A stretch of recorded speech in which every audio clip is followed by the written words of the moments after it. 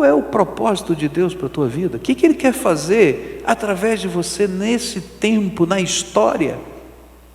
Porque você não está aqui por acaso, querido. Deus tem um plano para a tua vida. Deus tem um plano para você. Ele tem uma missão para você. Você é importante nessa terra. Você não está só de passagem à toa. Ele tem um plano para você. No 8º mês do 2º ano do reinado de Dario, a palavra do Senhor veio ao profeta Zacarias, filho de Berequias e neto de Ido. O Senhor muito se irou contra os seus antepassados, por isso diga ao povo, assim diz o Senhor dos exércitos, voltem para mim, e eu me voltarei para vocês, diz o Senhor dos exércitos. Não sejam como os seus antepassados, aos quais os antigos profetas proclamaram, assim diz o Senhor dos exércitos, deixem os seus caminhos e as suas más obras, mas eles não me ouviram, nem me deram atenção, declara o Senhor.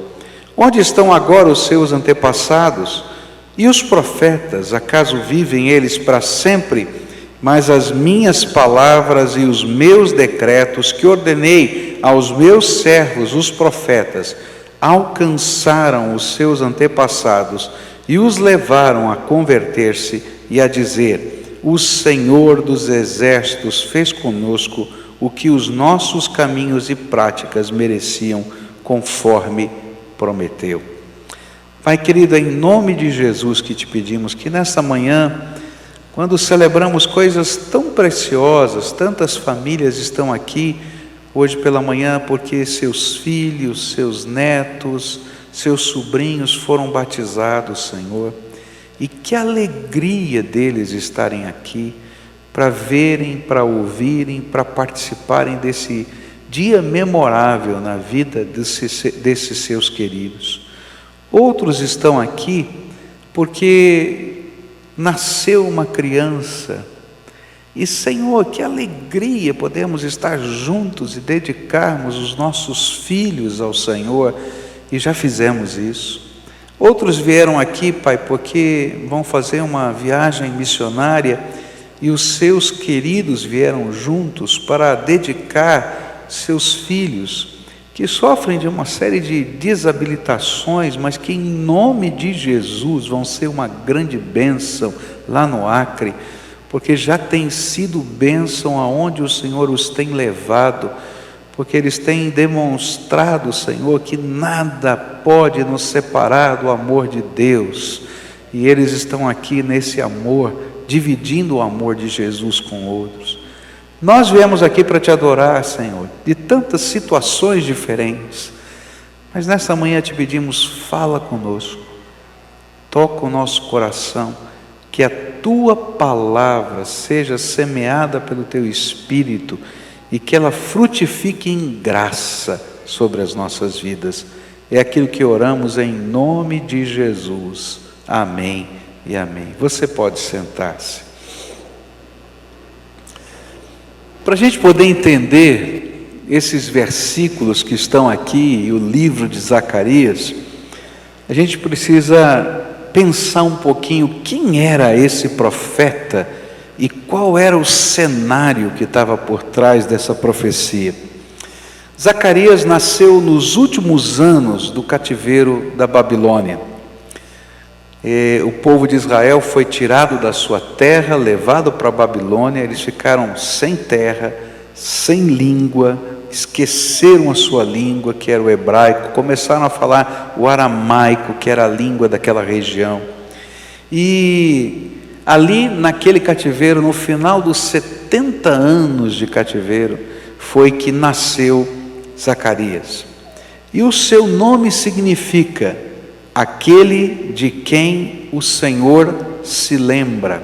É isso que quer dizer Zacarias, aquele de quem o Senhor se lembra. É interessante porque os nomes hebraicos, eles têm a ver com, não apenas com o título, como a gente coloca, acha um nome bonito, mas com quase uma aspiração profética, um desejo dos pais de uma bênção sobre os seus filhos. E o sentimento dessa família era: Senhor, lembra dessa criança.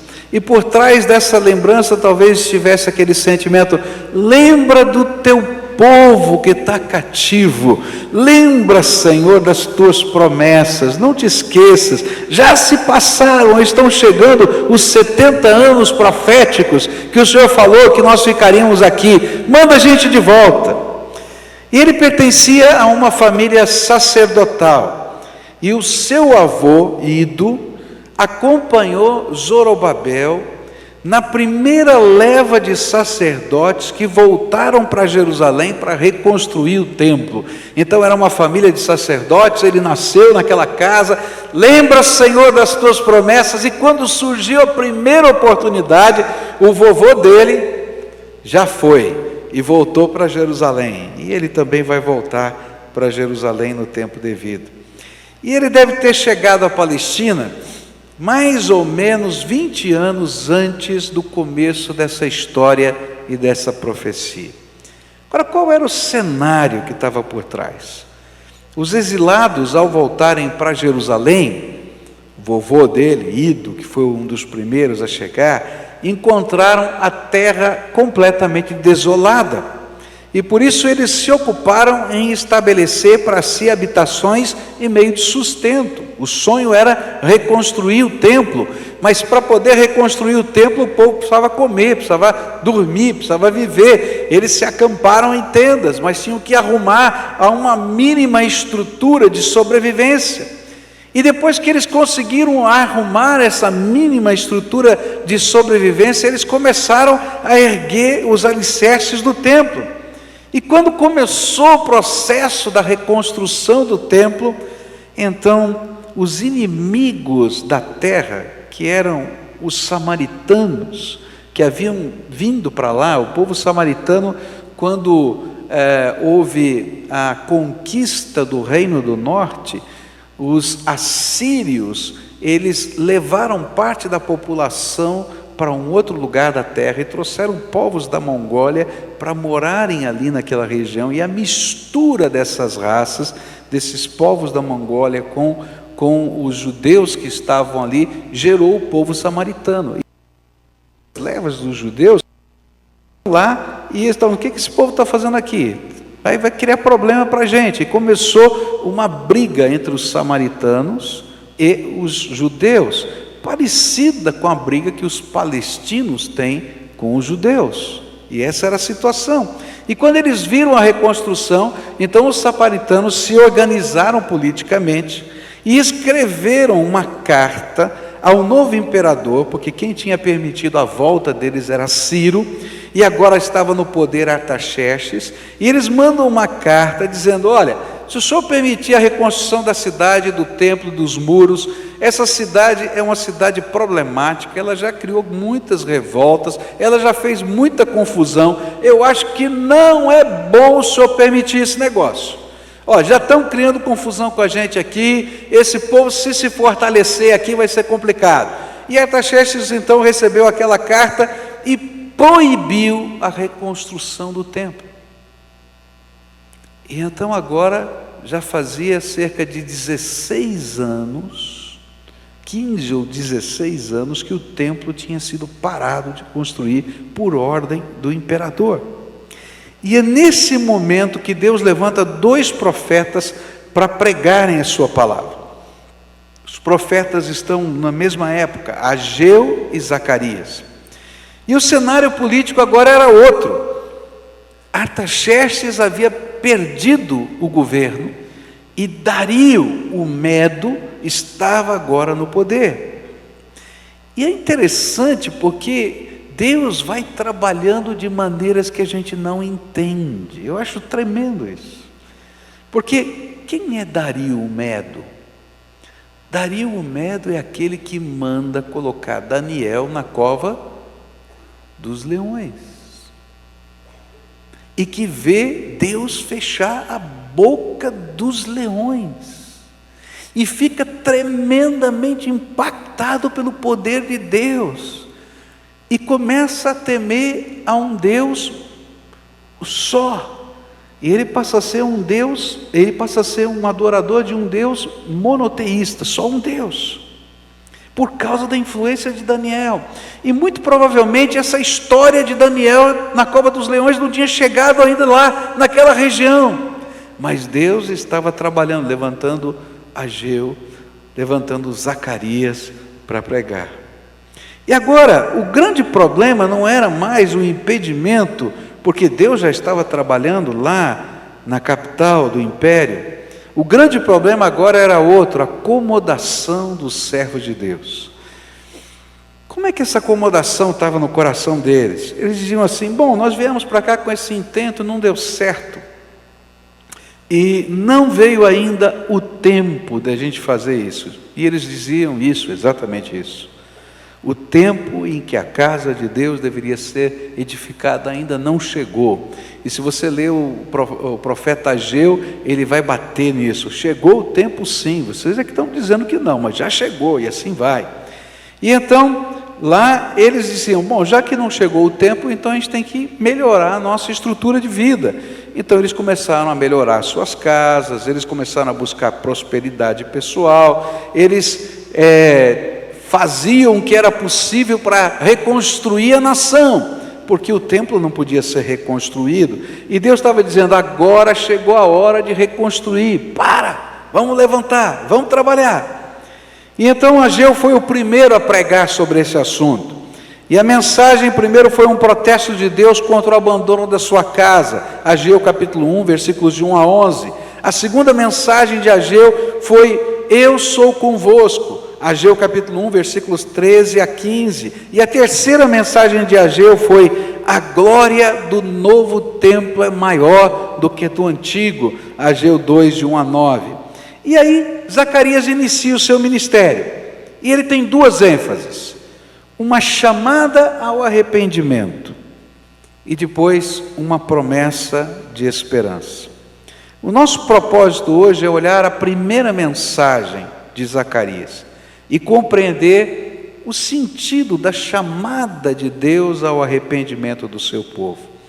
Sua mensagem é um convite a que o seu povo pudesse aprender com o passado, com a história de seus pais, que desobedeceram a Deus e rejeitaram a sua palavra, e por isso toda a nação estava naquela situação em que se encontrava. Que lições aquele povo tinha que aprender com o passado para colocar em prática? É interessante como as coisas vão acontecendo na nossa vida e a gente se esquece. Ontem a gente estava conversando com uma família querida, não é? E a Cleusa falou para um membro dessa família: lembra que você me disse que nunca mais ia fazer aquilo, e me pediu para lembrar, e você vai fazer de novo, né? E a gente esquece. Aí a gente deu risada, porque a gente esquece, passou o tempo. Você já passou por alguma situação e disse: olha, nunca mais eu vou fazer esse negócio, porque eu já vi que é uma furada. Já passou por isso? Já? Passou? E fez de novo? Teve alguém que já fez? Levanta a mão, quero ver quem já fez. Eu vou levantar mesmo, porque eu já fiz também. Não é verdade esse negócio? A gente esquece das lições. E aí então vem o profeta e diz assim: olha, vamos aprender com as lições do passado. Que lições eles precisavam aprender da sua própria história para que eles pudessem ouvir a voz de Deus e caminhar com Deus? A primeira lição está nos versículos 2 e 3 do nosso texto. A Bíblia diz assim: o Senhor muito se irou com os seus antepassados. Por isso diga ao povo: assim diz o Senhor dos exércitos, voltem para mim e eu me voltarei para vocês, diz o Senhor dos exércitos. A primeira lição que eles precisavam aprender era que não há benção sem que voltemos para o Senhor. A missão deles não era somente voltar para Jerusalém e construir um templo. A grande missão deles era voltar para o Senhor. É interessante como às vezes a gente imagina que se a gente for para um lugar sagrado, a gente pode ter uma comunhão melhor com Deus. Eu digo assim para vocês, é maravilhoso a gente estar lá na Palestina, eu já fui. É gostoso a gente abrir a Bíblia naqueles lugares em que os fatos aconteceram. É tremendo a gente poder olhar o cenário, mas Deus não está no cenário, Deus está naqueles que invocam o seu nome. E mesmo que você nunca tenha ido a Jerusalém, e mesmo que você nunca tenha subido no Monte Sinai, cada vez que você entra no seu quarto e busca a presença do Todo-Poderoso, Ele se revela para você. Porque não são os lugares geográficos que fazem a nossa santidade, ou que revelam a grandeza de Deus, é a busca do nosso coração. Você pode estar andando na rua, querido, e se o teu coração estiver ansioso por Deus, voltado para Ele, buscando a face dEle, Ele vai se revelar. Lá foi o povo para Jerusalém, e eles tinham uma missão, e Deus queria que essa missão se cumprisse, era construir o templo, mas Deus estava falando antes, lembra que não é o templo, sou eu. Por quê? Porque durante a queda de Jerusalém na Babilônia, para a Babilônia, o povo foi perdendo todas as suas seguranças, o muro da cidade caiu, e aí as pessoas fugiram para dentro do templo e fecharam as portas do templo, e disseram assim: aqui os babilônios não entram, porque Deus mesmo vai mandar fogo do céu, e vai destruí-los se eles tentarem entrar dentro do templo. Só que a palavra de Deus no livro de Ezequiel mostraram uma coisa interessante, que aquele povo estava tão distante de Deus, que Deus havia tirado o seu espírito de presença no meio da cidade e do templo, e o templo só eram paredes, porque o Senhor não estava lá, porque eles não estavam buscando o Senhor. E então os babilônios chegaram e colocaram fogo no templo, e aqueles homens morreram lá dentro do templo, porque Deus não é o templo, Deus precisa estar dentro do coração da gente, Ele precisa ser o Senhor da nossa vida. E então, antes de começarem, ou de recomeçarem a missão, a lição é essa: presta atenção, não volta só para Jerusalém, não volta só para reconstruir a nação, não volta só com um propósito A ou B, volta para mim, porque eu sou a bênção. Volta para mim, porque eu sou a bênção.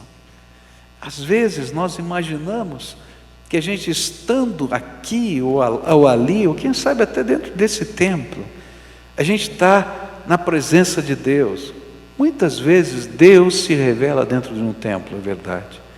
Mas o que Deus quer é que Ele possa se revelar a você todos os dias, no seu coração, e que o seu coração seja o templo em que Ele possa habitar para sempre na tua vida. Esse é o sentido dessa mensagem. E o que eles estavam aprendendo é que a geração dos seus antepassados tinha um templo, mas não tinha um compromisso com o Senhor. E eles ainda não tinham um templo, mas se tivessem compromisso com o Senhor, a bênção de Deus estaria sobre eles. E se o coração deles estivesse conectado ao Senhor e à sua vontade, não somente teriam o templo, mas o Senhor do templo estaria com eles todo o tempo. Quando nos voltamos para o Senhor, Ele se volta para nós, cheio de graça e misericórdia. O templo, que quer dizer palácio de Deus, no hebraico, templo significa palácio de Deus, era consequência de Deus ser o rei e senhor do coração deles. Algumas coisas que a gente precisa aprender. Às vezes nós podemos estar cheios de boas intenções, e ao mesmo tempo longe do propósito de Deus. Você pode imaginar, isso aqui era um povo que tinha abandonado tudo para reconstruir o templo, mas que se perdeu de Deus fazendo coisas simples, como plantar, colher, construir as casas. E o coração deles havia se esfriado, e os seus filhos não viram mais o ardor da alma dos seus pais. E não tinha nada de errado, eles só estavam plantando, colhendo, trabalhando para viver, arrumando a sua casa. Olha, eu acho que muitos de nós podíamos se comparar com eles.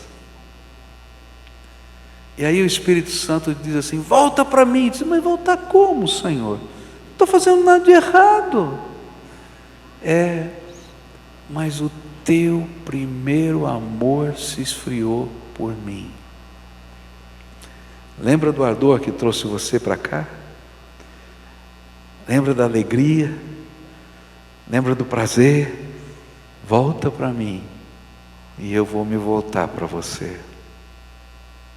Quando a gente pensa nisso, a gente vai vendo que às vezes a dinâmica da vida vai passando como um rolo compressor e a gente não vai percebendo.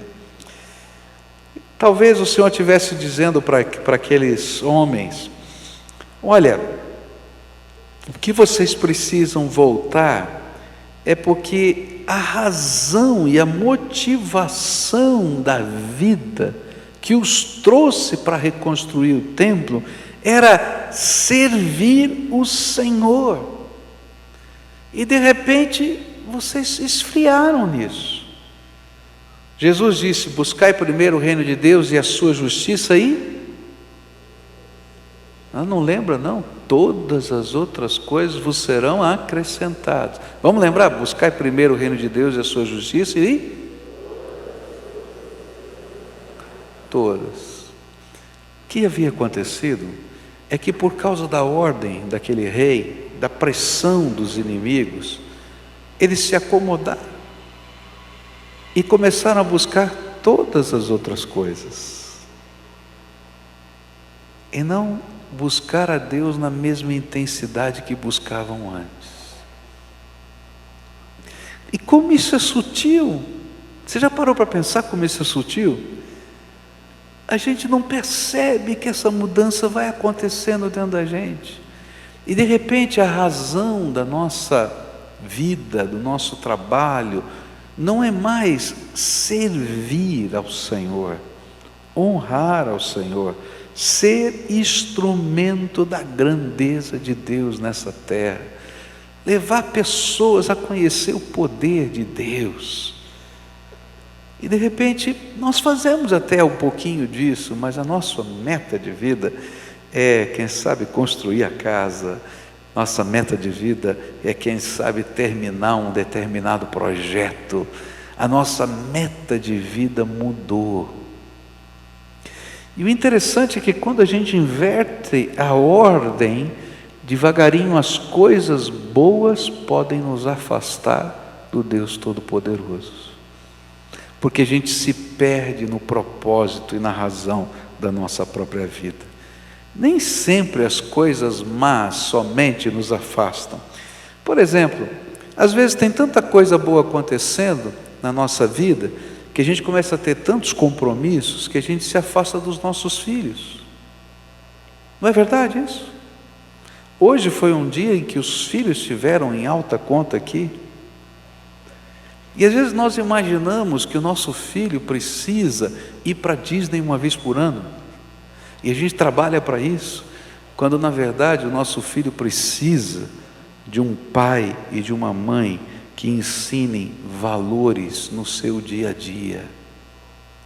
E às vezes não tem nada de errado acontecendo, simplesmente os valores, os propósitos foram mudados. A gente precisa de aconchego, a gente precisa de conversa, a gente precisa de dizer o porquê sim ou do porquê não, porque senão eles nunca vão aprender a fazer decisões na vida. A gente precisa às vezes deixar, às vezes a gente precisa puxar, E esse é um processo que a gente vai ter que aprender. E queridos, às vezes não são as coisas más que nos afastam do melhor, mas são as coisas boas que nos impedem de enxergar o melhor que Deus tem para nós. E era isso que estava acontecendo com eles. Não havia idolatria, não havia um pecado mais sujo. O que havia era uma acomodação espiritual. E é por isso que o profeta vem e diz assim: voltem para mim. Primeiro o reino de Deus e a sua justiça, e todas as outras coisas vos serão acrescentadas. O apelo era: voltem ao primeiro amor, voltem ao sonho da fé, voltem à convicção do Deus Todo-Poderoso, voltem a crer que eu estou no controle. A porta se abriu, porque eu fechei a boca dos leões. É interessante isso, porque Deus trabalha na nossa vida mediante a fé. E Ele não mostra tudo o que Ele está fazendo. Eu acredito que enquanto Ele estava fechando a boca dos leões, os profetas estavam pregando. Está entendendo? E eles não sabiam que Deus já havia mudado o coração do imperador. Eles não sabiam. E Deus estava pedindo um passo de fé. Quando nós estávamos começando a obra aqui desse templo, a igreja tinha vendido a propriedade dela na Visconde de Guarapuava, esquina com Westphalen. E nós tínhamos recebido o dinheiro. Imaginávamos que aquele dinheiro fosse suficiente para a gente, pelo menos, levantar toda a estrutura desse templo. E então contratamos a empresa que foi fazer a colocação das estacas aqui, o estaqueamento para o alicerce desse templo. Nunca vamos esquecer, 127 estacas foram batidas aqui, e algumas de 15 metros de profundidade. E nós estávamos muito felizes, porque tínhamos o dinheiro para construir. E de repente, o Collor assumiu o governo. Bom, tem muita gente jovem aqui que não vai saber o que aconteceu com o Collor, né? Do dia para a noite, ele baixou um decreto e todo o dinheiro desapareceu da conta. Você lembra disso? Você também. Quantos foram roubados, que nem eu fui? Ah, bom, então está certo. Interessante, né? Porque a inflação era de mais de 80% ao mês. Ele tirou a correção monetária daquele mês, já perdemos 80% ali. Aí ele tirou mais 25%, que era um imposto que ele criou para isso lá. Foi mais 25% que sumiu, né? Depois corrigiu do jeito que ele queria corrigir, o dinheiro desapareceu. Eu sei que o dinheiro foi sumido. E aí eu achei muito interessante o que aconteceu aqui com essa igreja. Nós tínhamos o contrato e tínhamos o dinheiro. E de repente a gente tinha um contrato e ninguém tinha dinheiro. Não era a igreja que não tinha dinheiro, ninguém tinha dinheiro. E aí nós perguntamos à igreja: vamos parar ou vamos construir? Meus irmãos, aquele povo que estava lá disse: nós vamos construir sem dinheiro. E nós começamos a bater as 127 estacas aqui. E se você está aqui nesse lugar, é porque um dia um povo que não tinha um tostão no banco creu que Deus iria fazer algo sobrenatural. E eu creio que cada pedacinho que está aqui hoje é sobrenatural, porque Deus está nesse negócio. Sabe, a mesma coisa estava acontecendo com eles. Eles tinham uma ordem judicial dizendo: proibido construir o templo, escrita num tempo em que não havia direitos individuais, onde o imperador podia dizer: mata ou vive, acabou. E de repente chega um profeta maluco e diz: voltem para mim e vamos construir esse negócio, porque se vocês me colocarem como Senhor na vida de vocês, todas as outras coisas vos serão acrescentadas. Quem está disposto a dar um passo de fé, se coloca nessa condição. Você não sabe o que está acontecendo, e eles então vão ouvir essa mensagem e vão aceitar os caminhos do Senhor, vão voltar para o Senhor. E aí Deus começa a fazer coisas extraordinárias. Uma delas, que está no livro de Daniel, capítulo 6, quando um servo do Senhor, já velhinho, é lançado na cova dos leões, e o anjo do Senhor passeia no meio dos leões e fecha a boca, e o imperador Dario diz: nunca vi um Deus como esse. Você imagina o que acontece quando chega uma nova carta dizendo: nós queremos construir o templo desse Deus que fecha as bocas dos leões? Ele diz: pode escrever, pode fazer, e ainda digo mais, vou pagar a conta, porque Deus é bom. Então volta para Deus. Eu não estou falando isso para construir templo, não, eu estou falando de uma coisa muito maior. Fé, caminhar com Deus, ouvir a voz do Espírito e entender às vezes que até as coisas boas podem nos afastar do propósito que Deus tem para a minha vida. Você poderia dizer para mim, ou dizer para Deus, melhor do que para mim, qual é o propósito de Deus para a tua vida? O que Ele quer fazer através de você nesse tempo, na história? Porque você não está aqui por acaso, querido. Deus tem um plano para a tua vida. Deus tem um plano para você. Ele tem uma missão para você. Você é importante nessa terra. Você não está só de passagem à toa. Ele tem um plano para você. Então, volta para Ele. E Ele vai se voltar para você e vai revelar a grandeza dEle na tua vida. Como Ele vai fazer, eu não tenho a mínima ideia. Quem podia imaginar que o jeito de Deus era fechar a boca de um leão? Não passou pela minha cabeça. Eu acho que não passou pela cabeça de Daniel também. Porque quem é que quer estar na cova dos leões? Eu não quero. Se puder passar de mim esse cálice, por favor. Eu não gostaria de estar lá. Você quer? Eu mando você. Né? Eu não quero, não. Mas até nestas coisas, todas as coisas contribuem para o bem daqueles que amam a Deus. Às vezes a gente não está entendendo os processos, mas o que o Senhor está dizendo é: volta para mim, e eu vou me voltar para vocês. Nessa manhã eu queria orar com você. Uma mensagem muito simples, muito simples. Volta para mim. Mas voltar no quê? Pastor, minha vida está arrumadinha, bonitinha, tenho minha família, tenho minha casa, estou trabalhando. Igualzinho esse povo.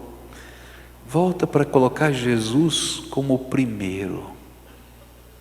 Volta para colocar Jesus como o Senhor. Volta para dizer: Deus, a minha vida aqui tem um sentido maior do que comprar, vender e fazer. Eu quero saber qual é o propósito que o Senhor tem, porque eu quero entrar de cabeça no projeto que Tu tens para mim. Eu tenho um amigo que há 25 anos trabalha nas Filipinas com universitários, e Deus deu uma visão para ele. Ele começou um trabalho com uma igreja focada nos universitários. E o que Deus falou para ele é o seguinte: tem mais de 1000 ilhas nas Filipinas. Nós nunca vamos levar o evangelho lá se a gente for mandar missionários de carreira para lá. Prepara esses homens, essas mulheres que vêm estudar para serem professores, médicos, advogados, doutores das mais diversas áreas, para que voltem para suas ilhas e sejam plantadores de igreja.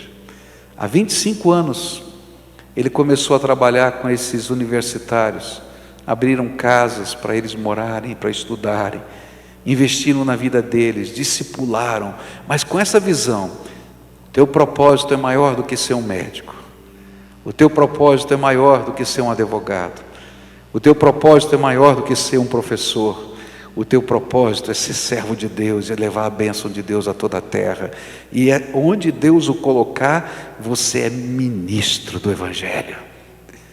25 anos se passaram, e mais de 1000 igrejas foram fundadas por esses jovens universitários que voltavam para suas ilhas, que não eram missionários de carreira, mas que por onde iam, plantavam a igreja do Senhor Jesus.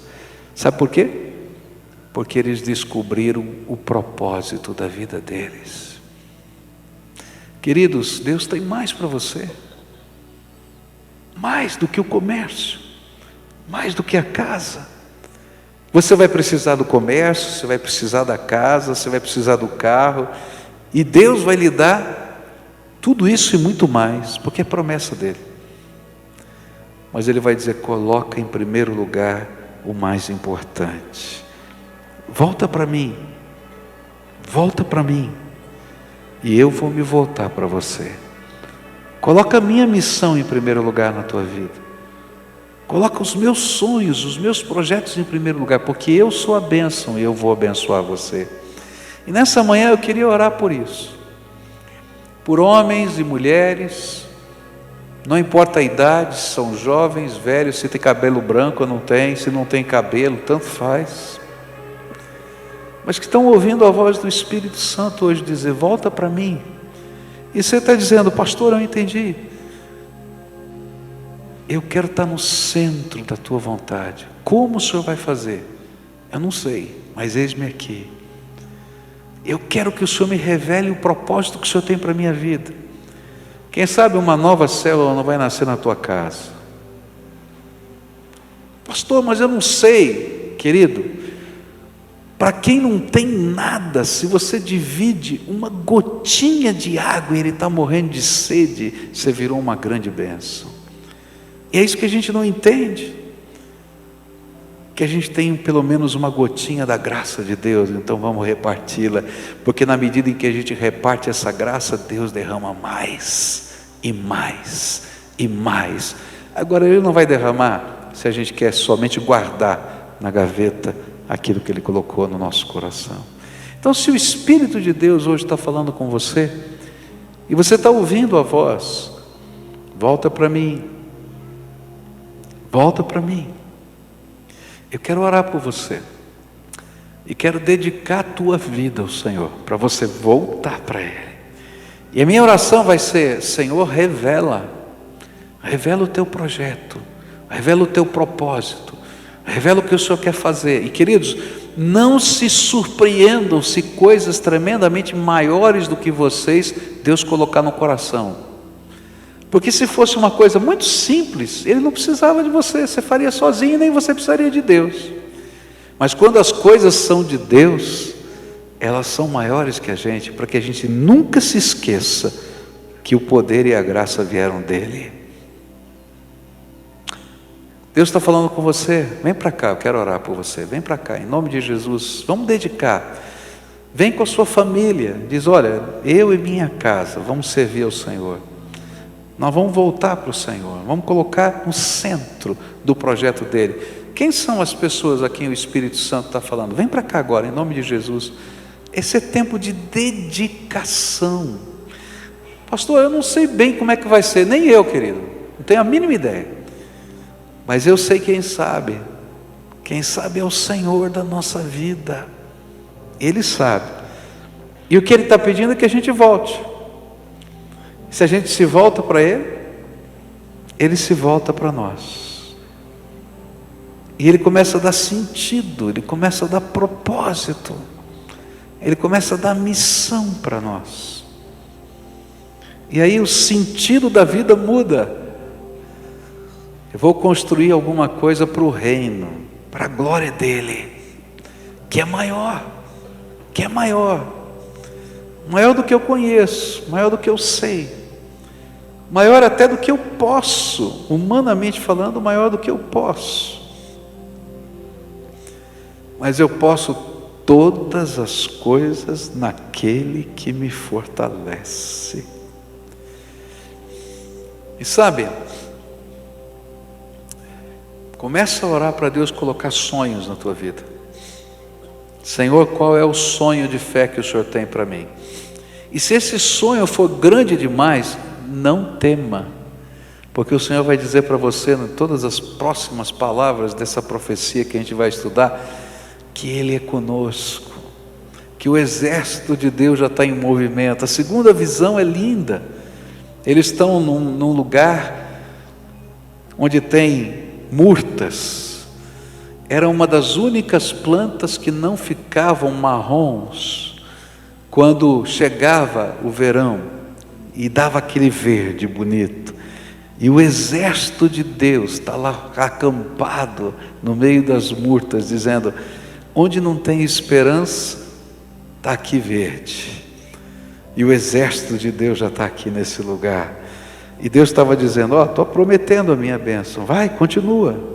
Então, eu não sei como é que vai ser. Se Deus te der sonhos, abraça os sonhos, diz: Senhor, não tenho a mínima ideia, mas vou colocar na tua presença, me mostra como, me mostra como, me mostra como.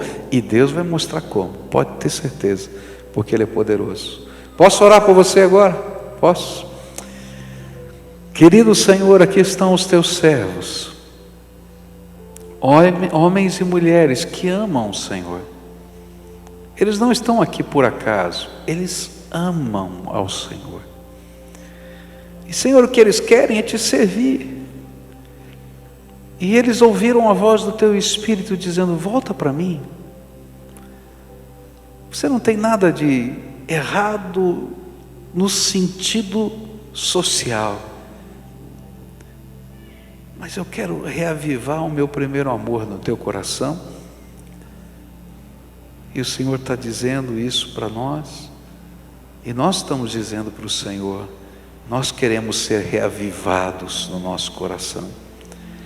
Pai, revela para esses teus filhos o sentido, o propósito, a missão que o Senhor tem, e que o Senhor coloque sonhos, visões, sentimentos ardentes na alma, de tal maneira que esses teus filhos se sintam movidos na direção da tua vontade. E Senhor, coloca sonhos e visões maiores do que eles, para que eles saibam que veio do Senhor, e que eles não podem fazer sem o Senhor, mas que o Senhor abra as janelas dos céus, e que o Senhor movimente os teus exércitos, para que tudo aconteça segundo a tua vontade. E se for preciso fechar a boca dos leões, que o Senhor feche.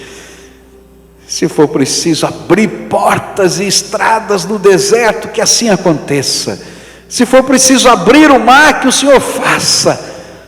Mas que nós possamos ser parceiros do Senhor no teu projeto. Senhor, abençoa essas casas. Abençoa, Senhor, as famílias. Abençoa os filhos. Abençoa os netos. Abençoa, Senhor, abençoa. Porque quando nós seguimos o teu propósito, o que nós mais queremos é ver pessoas sendo salvas por Jesus. Mas se há uma coisa que entristece o nosso coração, é quando um dos nossos se perde.